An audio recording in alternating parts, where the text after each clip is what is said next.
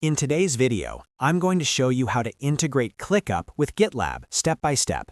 This integration is perfect for development teams who want to connect tasks with code, track commits, and keep project management and development fully in sync.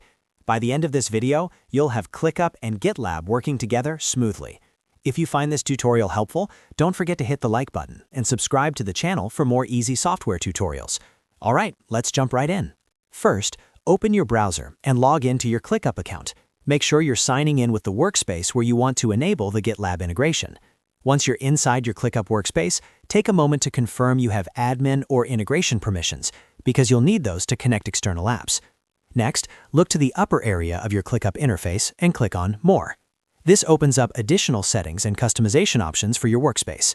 From the menu that appears, click on Apps. This is where ClickUp lists all available integrations that you can connect with your workspace.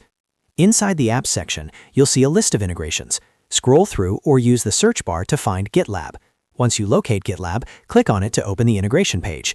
This page explains what the integration does and how ClickUp connects with GitLab repositories, commits, and issues. Now click on the Connect button. At this point, ClickUp will redirect you to GitLab and ask for permission to access your GitLab account. Log into GitLab if prompted, then review the permissions carefully. These permissions allow ClickUp to link tasks with commits, branches, and merge requests. Once you're comfortable, approve the connection.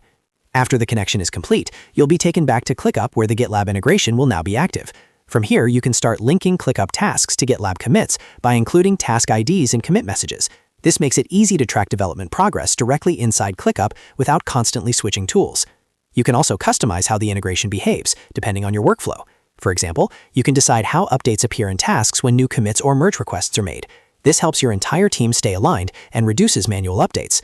And that's it. You've successfully integrated ClickUp with GitLab. This setup can save you a lot of time, improve visibility across teams, and keep your projects moving faster.